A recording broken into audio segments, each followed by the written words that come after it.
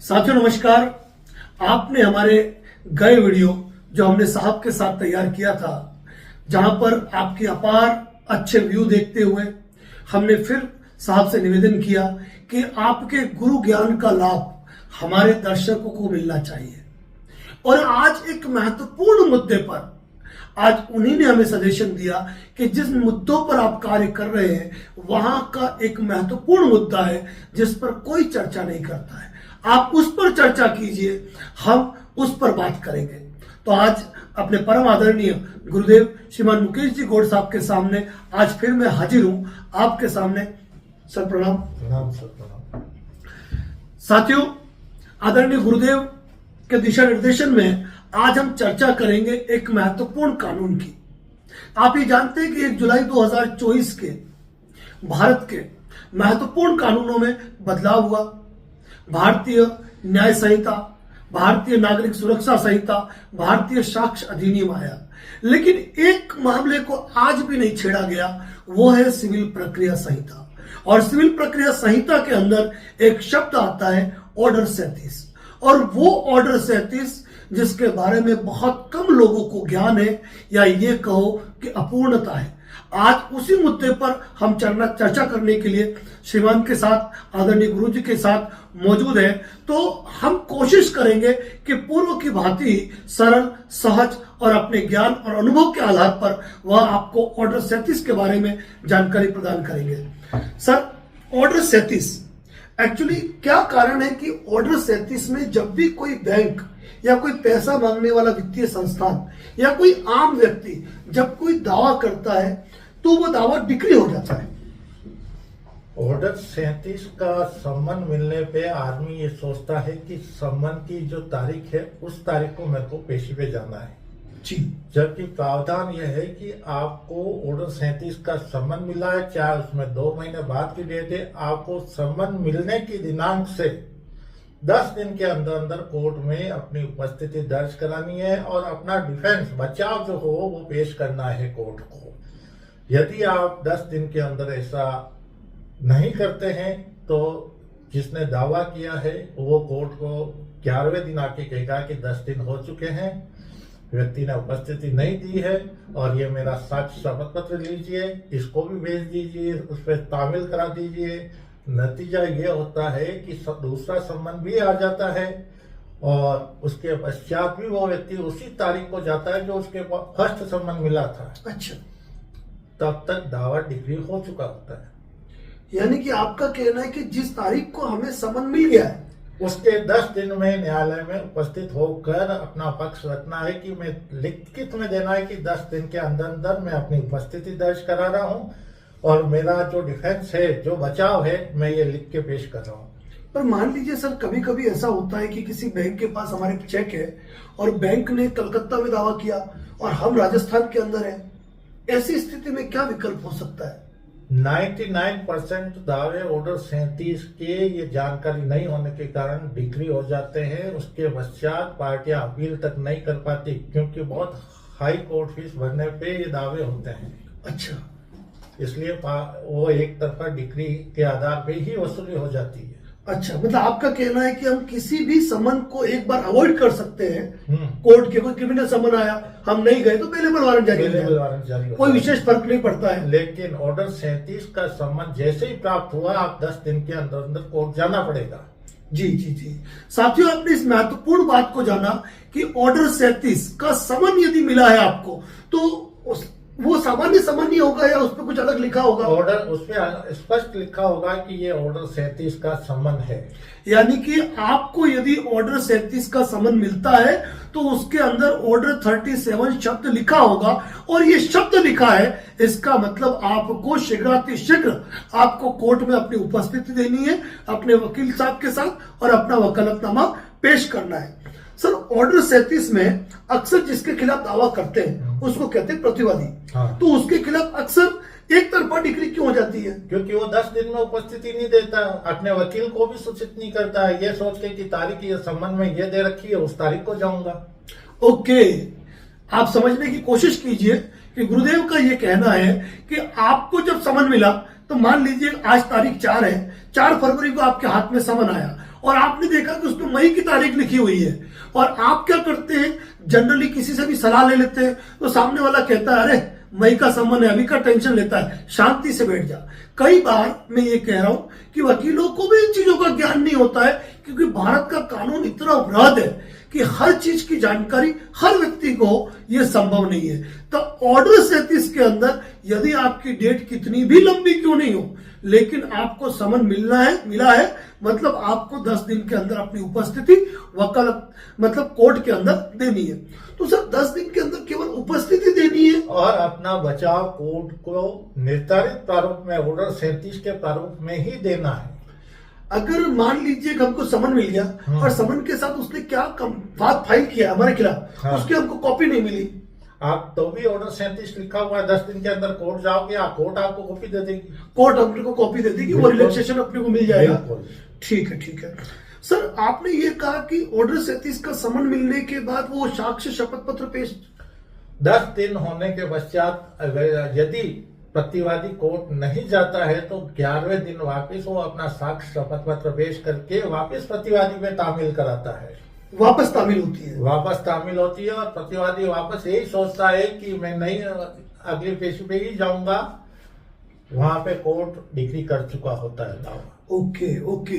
तो साथियों, एक महत्वपूर्ण चीज आपने जानने की कोशिश की होगी जो आदरणीय गुरुदेव ने बताई। सर मुझे थोड़ा सा ये बता पाएंगे, ऑर्डर 37 का जो समन होगा, हाँ, वो किस तरीके से तामील होता है?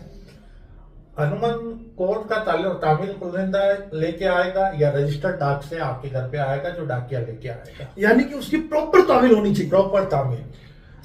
साथियों, जैसा कि ऐसा नहीं है कि आपको व्हाट्सएप पे भेज दिया उन्होंने, या फिर आपको टेक्स्ट मैसेज में कर दिया, या कोई रिकवरी एजेंट लेके आ रहा है, कोई बैंक का आदमी लेके आ रहा है। कहने का मतलब है यदि कोर्ट ने ऑर्डर 37 का समन निकाला है तो अगर आप दूसरे शहर के हो तो उस कोर्ट को आएगा और वहां का कोर्ट का बंदा आएगा और आपको प्रॉपर तामील कराएगा, और यह ऐसी स्थिति में आपको रजिस्टर्ड पोस्ट से भेजा जाता है। यह तरीका है।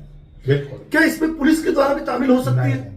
डाक से ही होगी या कोर्ट का कर्मचारी ही लेके आएगा। इस चीज को भी आप गौर कीजिएगा कि जिस तरह आपको सेक्शन 25, 138 एनआई एक्ट के समन कभी कभी पुलिस वालों के द्वारा भी तामील कराए जाते हैं, लेकिन यहां पर यह स्थिति नहीं आती है। सर ऑर्डर 37 का समन जब मिलता है, जैसे ही मिला, पार्टी को या प्रतिवादी को क्या तैयारी कर लेनी चाहिए? प्रतिवादी को तुरंत अपने अधिवक्ता से संपर्क करके सबसे पहले कोर्ट में अपनी उपस्थिति दर्ज करानी है। कोर्ट को एक प्रार्थना पत्र देना है कि मैं 10 दिन में उपस्थित हो गया हूं और अपना बचाव पेश कर रहा हूं, और जिस तरीके से जवाब दावा होता है वैसे ही ऑर्डर 37 में एक शपथ पत्र बनता है जवाब का, वो शपथ पत्र फाइल कर देना है। जी, आपने सुना इस बात को कि यहाँ जवाब दावे की जगह शपथ पत्र की बात की जा रही है, और वह भी आपको एक निश्चित प्रारूप, यानी कि जो भी तरीके से है, ऑर्डर 37 में जो प्रावधान है, जो प्रारूप दिया गया है उसी प्रारूप में, ऑर्डर 37 में जो प्रारूप दिया है उस प्रारूप के अनुसार जमा करना होगा। ये नहीं कि आपके मन में जो आया वो आपने कह दिया। सर ये बताइए कि ऑर्डर 37 अमूमन किन मामलों में किया जाता है? अमूमन उन मामलों में किया जाता है जहां कोई प्रोमिसरी नोट हो, चेक हो। इन दोनों ही मामलों में राशि निश्चित होती है कि इतनी राशि लेनी है, इसके अलावा कोई राशि नहीं लेनी, ये स्पष्ट ऑर्डर 37 के दावे में लिखा होता है। उन्हीं मामलों में होता है, यानी कि या तो प्रोमिसरी नोट साइन किया हो, विनिमय पत्र हो, चेक हो, इन तीनों मामलों में ऑर्डर 37 लागू होता है। यानी कि अगर कोई बैंक किसी पे कार्रवाई करना चाहता है तो वो चेक का इस्तेमाल करते हुए कर सकता है। तो साथियों, ये महत्वपूर्ण जानकारी थी जो आपने सुनी। चेक हो, विनिमय पत्र हो, प्रोमिसरी नोट हो, इन पर ऑर्डर 37 के अंतर्गत कार्रवाई होती है। सर ऑर्डर 37 में क्या कंपनियों को, बैंकों को या किसी आम आदमी को कार्रवाई करने के लिए कोई भारी खर्च आता है? अनुमान सिविल दावे में जो कोर्ट फीस लगती है वो की वही कोर्ट फीस ऑर्डर 37 में दावा करने पर लगती है, कोई एक्स्ट्रा शुल्क नहीं लगता। तो क्या कारण है कि ऑर्डर 37 का दावा करना प्रेफर करते हैं कि ऑर्डर 37 का ही करना चाहिए? हर व्यक्ति ये जानता है कि यह एक टेक्निकल प्रक्रिया है। अधिकतर लोग नहीं जानते कि इसके उसमें क्या करना होता है, और वो ऑर्डर 37 का दावा करके डिग्री प्राप्त कर लेते हैं, क्योंकि प्रतिवादी को जानकारी नहीं होती। जानकारी नहीं होने से वो समय पे कोर्ट नहीं जाता, और कानून में प्रावधान किया गया है, इसलिए कोर्ट को मजबूर होकर डिक्री करनी पड़ती है। यानी कि एक व्यक्ति अगर समय पर कोर्ट जाए, अपना जो भी जवाब वगैरह है पेश करे, बिल्कुल। अपने अधिवक्ता से संपर्क में रहे, सारी चीजों का समय पे अपडेट लेता रहे, हाँ। तो कम से कम राहत कुछ प्राप्त कर वो सकता है। राहत प्राप्त कर सकता है और वो 10 दिन के अंदर अंदर कोर्ट को जाकर यह भी कह सकता है कि इसको ऑर्डर 37 की तरह नहीं सुना जाकर एक नियमित वाद की तरह, ऑर्डिनरी वाद की तरह सुना जाए। ओके, मतलब कि जाकर वो खुद ये निवेदन कर सकता है। निवेदन कर सकता है, फिर कोर्ट देखती है उसको कि भाई इसको नियमित वाद की तरह सुनना ठीक होगा, तो कोर्ट उसको नियमित वाद में कर देती है। तो क्या करती है कोर्ट ऐसा ऑर्डर 37 को नियमित वाद में? अगर प्रतिवादी ने निवेदन किया है और उससे कोर्ट संतुष्ट है कि प्रतिवादी 10 दिन में आ गया है, इसके पास डिफेंस है और नियमित वाद में करना चाहिए, तो कोर्ट कर सकती है। यानी कि कुल मिलाकर ऑर्डर 37 का समन मिलने पर अगर व्यक्ति टाइम पर जाए तो उसको बेनिफिट तो मिलेगा। उसको बेनिफिट मिल तो जाएगा, अन्यथा उसका दावा डिक्री होगा। सर अक्सर लोग ये नहीं समझ पाते, डिक्री दावा डिक्री हो गया, ये डिक्री जो हो गया तो डिक्री हो गया, लेकिन उससे प्रतिवादी पर क्या फर्क पड़ता है? प्रतिवादी से वो राशि वसूली की जा सकती है जिसकी डिक्री हुई है, जिसमें वाद खर्च होता है, अधिवक्ता शुल्क होता है और जो राशि वसूल की जाने वाली होती है वो राशि का हवाला होता है। तो उस डिक्री से क्या व्यक्ति की चल अचल दोनों संपत्तियों से वसूली की जा सकती है? बिल्कुल बिल्कुल की जा सकती है। अच्छा, तो ऑर्डर 37 में अगर डिक्री हो गई तो उस डिक्री का भी एग्जीक्यूशन होगा? बिल्कुल होगा, बिल्कुल एग्जीक्यूशन होगा। बिल्कुल बिल्कुल। आप हमारे दर्शकों को जब कभी उनको ऑर्डर 37 का समन मिले तो उन्हें क्या संदेश देना चाहेंगे आप? अगर आपको ऐसा कोई सम्मन मिलता है जिसपे ऑर्डर 37 लिखा हुआ है, तो आप तुरंत सम्मन मिलते ही कोर्ट में जाएं और अपनी उपस्थिति दर्ज कराएं और अपना लिखित जवाब ऑर्डर 37 के प्रारूप में ही फाइल कर दें। फिर आप कोर्ट से निवेदन करें कि इसे नियमित वाद की तरह सुना जाए। ये सावधानी आपको बरतनी है। और सर अगर नियमित वाद के रूप में सुना जाता है तो ऑर्डर 37 और नियमित वाद दोनों में मेजर अंतर क्या है? ऑर्डर 37 में सारी साक्ष्य शपथ पत्र में होती है और नियमित वाद में एक प्रॉपर जवाब दावा फाइल होता है, कई तरह की एप्लीकेशन फाइल होती है, कई तरह के ऑब्जेक्शन लिए जाते हैं, जबकि ऑर्डर 37 में टोटल प्रक्रिया है जिसमें कोई ऑब्जेक्शन की गुंजाइश नहीं।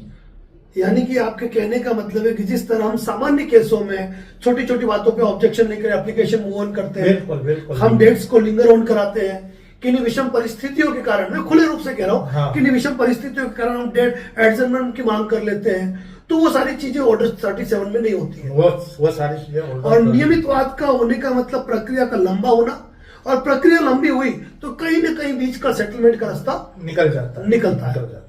साथियों, आदरणीय गुरुदेव जिनके साथ हमने शिक्षा ली और आज इन्हीं के दिशा निर्देशन पर हम कार्य करते जा रहे हैं।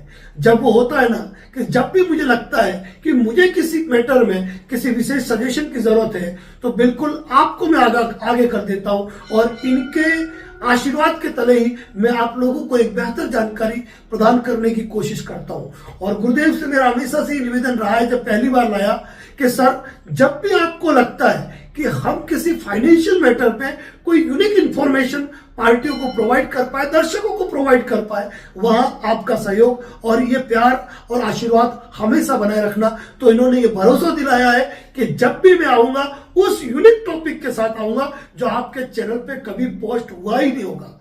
और आज वही यूनिक टॉपिक हम आपके लिए लेकर आए हैं। तो क्या सोचना है आपका, क्या कहना है आपका, और किस यूनिक टॉपिक पर आप आदरणीय गुरुदेव के साथ हमसे चर्चा सुनना चाहते हैं, उस बारे में आप कमेंट बॉक्स में लिख सकते हैं। आदरणीय गुरुदेव अपने बिजी शेड्यूल में इतना टाइम निकाल के आए, इसके लिए इनको thank you so much. Thank you so much sir. Thank you sir.